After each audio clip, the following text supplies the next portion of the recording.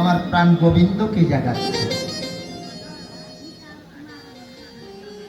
আচ্ছা বলুন তো, গোবিন্দ কি ঘুমায়? গোবিন্দ কোনোদিন ঘুমায় না।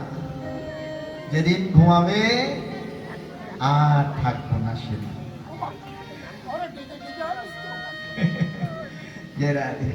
যেদিন ঘুমিয়ে যাবে আর থাকবে।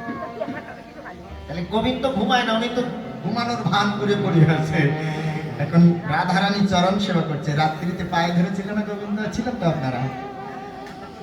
রাত্রিতে পায়ে ধরেছিল, এই যে গত রাত্রে পায়ে ধরেছে গোবিন্দ, কেঁদেছে, নয়ন জলে চরণ ধোয়াইছে, চরণ পূজা করেছে, চরণ বক্তে ধরেছে, চরণ মাথায় করেছে, মান ভাঙেনি। সেই শোধ নেওয়ার জন্য গোবিন্দ ভান করে একেবারে নাক ডাকাচ্ছে।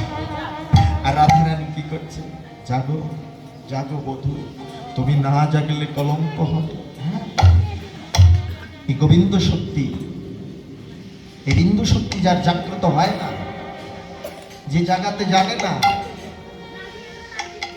তার কলঙ্কই হয়।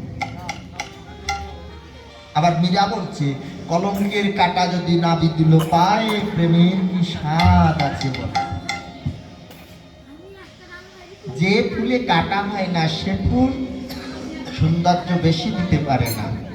যাতে কাটা আছে সেই ফুলের সৌন্দর্য বেশি আছে, মূল্য বেশি আছে, সেটা পাওয়ার জন্য সবাই আকর্ষণ করে, কিন্তু ওই কাটা দেওয়া আছে।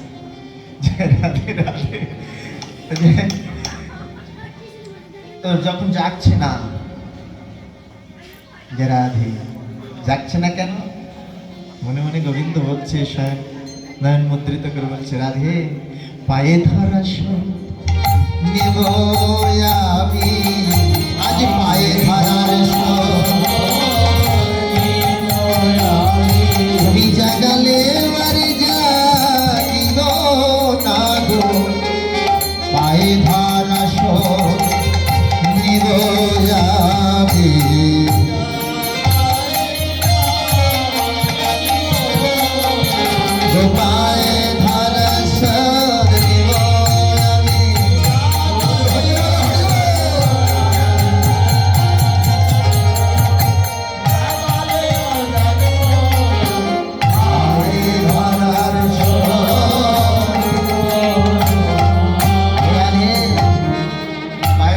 কি যন্ত্রণা, কষ্ট, তুমি জানো। আজ তোমার সে শোধ নিয়ে গেল। তুমি যতই কাঁদো, আমি